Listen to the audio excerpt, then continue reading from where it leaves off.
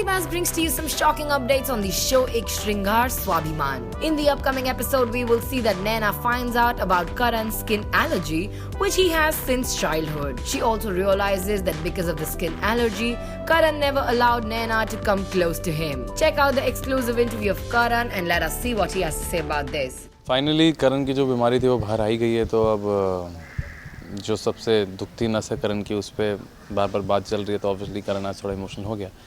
And वही है, नैना अभी भी गिव अप करने को तैयार नहीं है। करण को लगा था अब तो चली जाएगी, अब तो पता भी लग गया अब तो जा, बट नहीं, वो अभी भी तैयार नहीं है। वो अभी भी चाह रही है कि मुझे ठीक कर लेगी, बट मुझे पता है मेरी अपनी प्रॉब्लम्स हैं। कहना बहुत आसान होता है, लेकिन जिस पे बीत रही होती है उसके लिए बहुत मुश्किल है। तो करण का वही सिचुएशन है कि तुम तो कह रही हो पॉजिटिव रहो एंड ऑल रहो, but it's not easy to be positive, right? क्योंकि मैं बचपन से देखते आ रहा हूँ, करण बचपन से देखते आ रहा है कि उसके साथ क्या हो रहा है, वो कैसे लोगों के साथ, कैसे लोग उसके साथ ट्रीट करते हैं, या उसको बेसिकली उसको स्ट्रेस है कि उसकी प्रॉब्लम किसी और को ना हो जाए, इसलिए किसी को छू नहीं पाता। मन उसका भी करता है कि अपनी माँ से गले मिले, अपने दादू से गले मिले, बट वो पॉसिबल नहीं है। तो नैना कह रही है पॉसिबल है, कोशिश करो।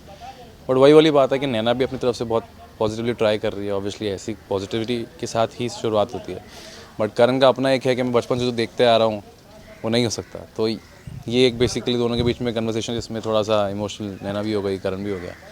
तो हाँ, तो करण की ऐसी क्या बीमारी है जो मतलब दूसरों को छू भी नहीं सकता? ये स्किन एलर्जी है ऑब्वियसली, चीज़ जो दिखाया भी था कि मैं अगर किसी को छूऊंगा या कुछ छूँगा तो शायद उसको हो जाएगा। जो नैना करिए ऐसा पॉसिबल नहीं है कि एक नॉर्मल स्किन एलर्जी है। धूप में जाता हूँ एग्रीवेट होती है, बहुत सेंसिटिव स्किन है, कुछ लगता है, कुछ घिसता है, जैसे बैम्बूज गिरे थे तो उसकी वजह से भी एलर्जी हुई थी। धूप में रहने से एलर्जी होती है, इसलिए मैं प्रोटेक्टेड रहता हूँ, इतने कपड़े पहनता हूँ, इतने लोशंस लगाता हूँ, ताकि मेरी प्रॉब्लम ज़्यादा एग्रीवेट ना हो, ये स्किन एलर्जी।